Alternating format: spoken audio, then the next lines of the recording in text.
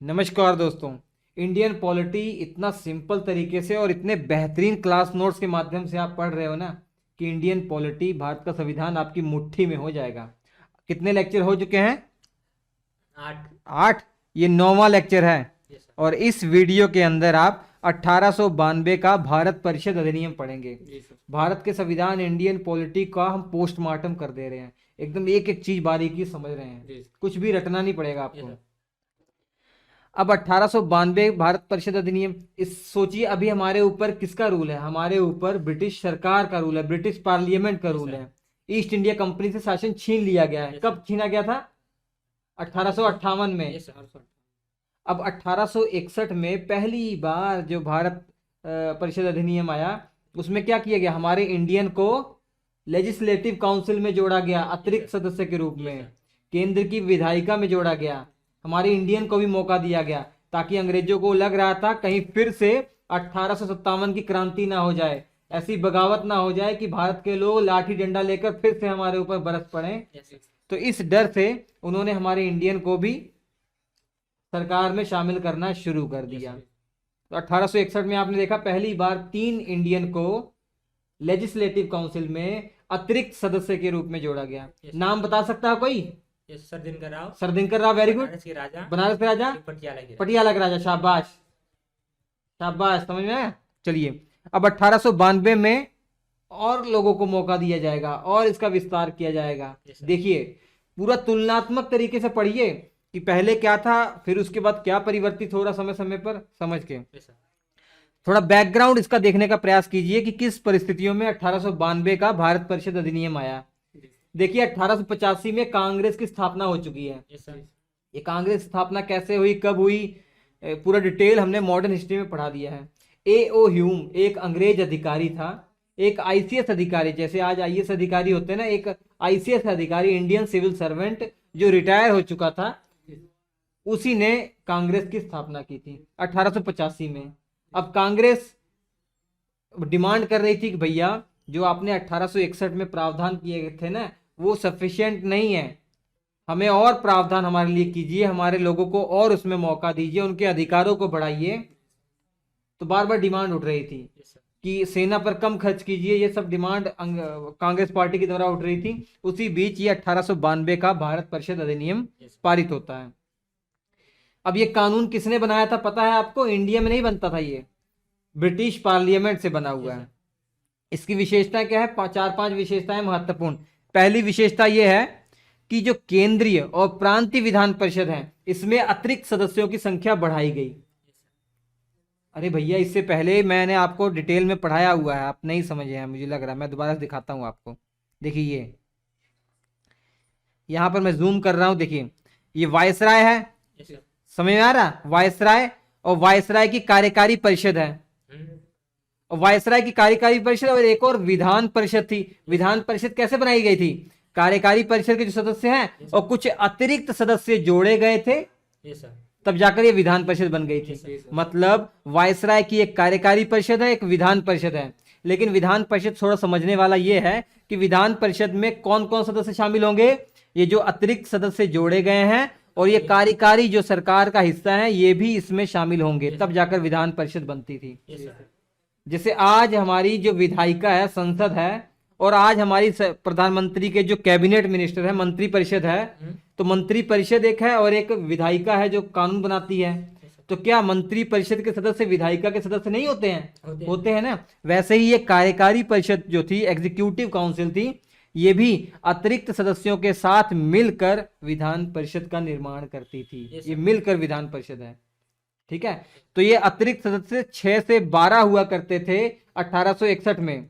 1861 का कानून में बोला गया था कि जो अतिरिक्त सदस्य हैं, ये 6 से 12 जोड़ने हैं, मिनिमम 6 मैक्सिमम 12 जोड़ने हैं। लेकिन 1861 के बाद जो हमारी इंडिया में अतिरिक्त सदस्यों को जोड़ा गया, वो टोटल 12 जोड़ा गया। मतलब 1861 में ये ऑप्शन दिया गया था कम से कम 6 जोड़िए, ज्यादा ज्यादा 12। तो हमारी इस 1861 के बाद जो विधान परिषद का गठन हुआ था, उसमें अतिरिक्त सदस्य कितने थे? 12 थे। 12। और कार्यकारी परिषद कितने थी? 6। कार्यकारी परिषद नहीं, 6 नहीं थी, 5 थी।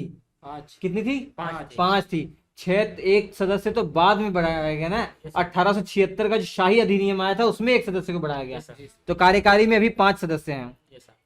और अभी 1892 में क्या हो रहा कि इन अतिरिक्त सदस्यों की संख्या और बढ़ा दी गई। अब कितनी बोल दिया गया? अब बोल दिया गया भैया ये जो सदस्यों की संख्या है मिनिमम 10 होनी चाहिए, मैक्सिमम 16 होनी चाहिए, 10 से 16 के बीच होनी चाहिए। लेकिन हमारे जब लेजिस्लेटिव काउंसिल का गठन हुआ, विधान परिषद का गठन हुआ 1892 के बाद, तो 16 संख्या की गई थी।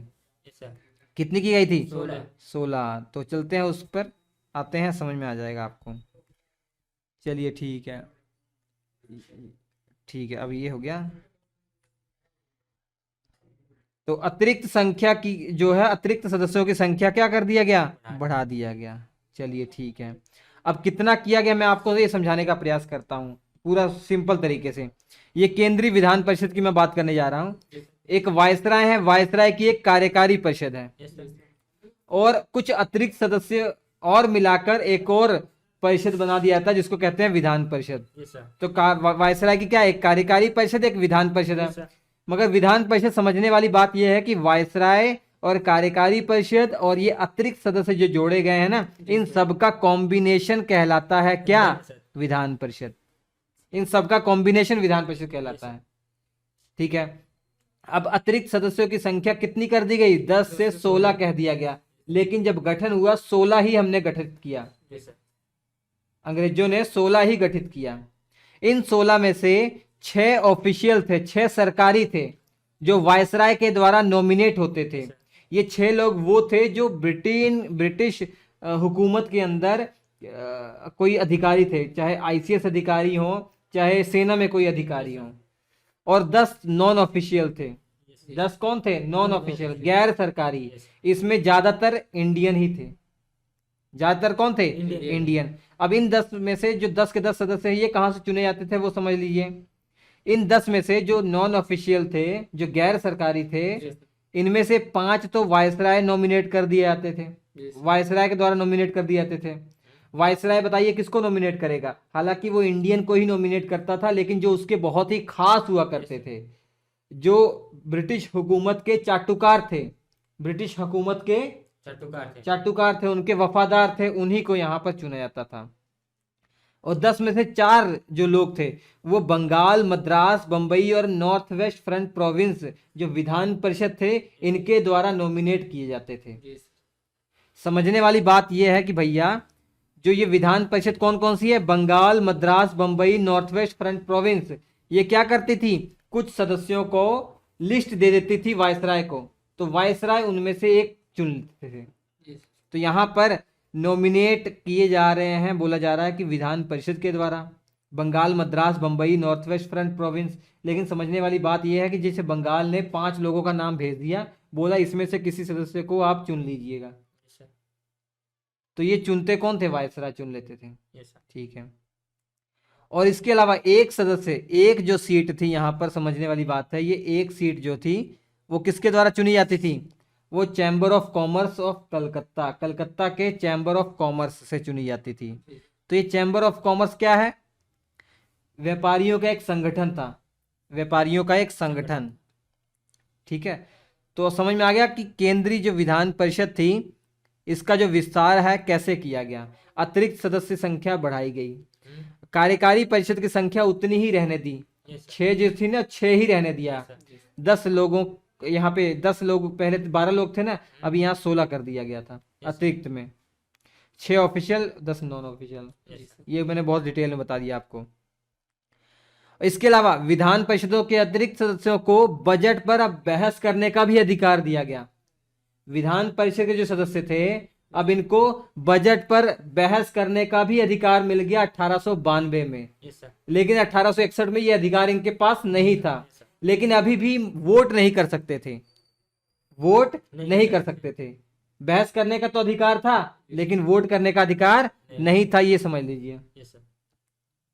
ठीक है, अब इसके अलावा जो अतिरिक्त सदस्य, विधान परिषद के जो अतिरिक्त सदस्य हैं, विधान परिषद के जो अतिरिक्त सदस्य हैं, इनको कार्यकारी परिषद के सदस्यों से प्रश्न पूछने का अधिकार पहली बार कब मिला? 1892 के एक्ट में। अब देखिए ध्यान से, ये जो अतिरिक्त सदस्य 16 हैं, अब बजट पर बहस करने का भी इनको अधिकार मिल गया, क्योंकि विधान परिषद में ये अतिरिक्त सदस्य हैं और ये कार्यकारी परिषद है। ये कार्यकारी परिषद के सदस्य हैं और अतिरिक्त सदस्य हैं। तो कार्यकारी परिषद तो बहुत पावरफुल है, सरकार का हिस्सा है, इनके पास तो सारे अधिकार हैं। ये तो वायसराय के द्वारा नॉमिनेट किए जा रहे हैं। और इसके अलावा जो अतिरिक्त सदस्य हैं, इनको अब बजट पर बहस करने का अधिकार मिल गया। अब कार्यकारी परिषद के सदस्यों से प्रश्न पूछने का भी अधिकार मिल गया। लेकिन प्रश्न पूछना अगर है ना, तो 6 दिन की पहले नोटिस देना पड़ता था। 6 दिन पहले नोटिस देना पड़ता था। किस व्यक्ति से पूछना है? कार्यकारी परिषद के किस सदस्य से प्रश्न पूछना है, 6 दिन पहले नोटिस देना पड़ता था। लेकिन सप्लीमेंट्री क्वेश्चन नहीं कर सकता था, क्रॉस क्वेश्चन नहीं कर सकता था। जैसे आप एग्जीक्यूटिव काउंसिल के सदस्य हैं, मैं अतिरिक्त सदस्य हूं, इंडियन हूं, मैं अब लेजिस्लेटिव काउंसिल के अंदर क्वेश्चन पूछ रहा हूं, भैया मेरे गांव का जो पुल है वो आपने बनाया है तो कितना पैसा लगा? आपने एक बार जवाब दे दिया कि भैया 50 लाख रुपए लगा। मैं अब उल्टा क्वेश्चन नहीं कर सकता, क्रॉस क्वेश्चन नहीं कर सकता। 50 लाख कैसे लग जाएगा भाई, वो तो 10 ही लाख का काम है, ऐसा नहीं पूछ सकता। क्रॉस क्वेश्चन नहीं कर सकता था मैं, ठीक है, क्रॉस क्वेश्चन नहीं कर सकता था। तो ये था 1892 का भारत परिषद अधिनियम। समझ में आ गया? इसमें क्या हुआ, केंद्रीय और प्रांतीय विधान परिषद के अतिरिक्त सदस्य संख्या बढ़ाई गई। जो सदस्य संख्या पहले 12 थी, अब इसको कर दिया गया 16 कर दिया गया। वो कहां कहां से चुने जाएंगे वो भी बता दिया। ठीक है, ये पहला पॉइंट समझ में आ गया, यही मेन है। ठीक है, यही पॉइंट मेन था। और दूसरा पॉइंट देखिए, जो आपकी विधान परिषदों में जो अतिरिक्त सदस्यों की संख्या है, इनको बजट पर बहस करने का अधिकार, इनको एग्जीक्यूटिव काउंसिल से प्रश्न पूछने का अधिकार मिल गया। वोट नहीं कर सकते थे, सप्लीमेंट्री क्वेश्चन नहीं कर सकते थे। तो ये है, बहुत सिंपल तरीके से मैंने आपको बताया 1892 का भारत परिषद नई अधिनियम। समझ में आ गया? तो अब हम मिलेंगे अगले एपिसोड में 1909 के एक्ट के साथ, बहुत इंपॉर्टेंट है। नमस्कार।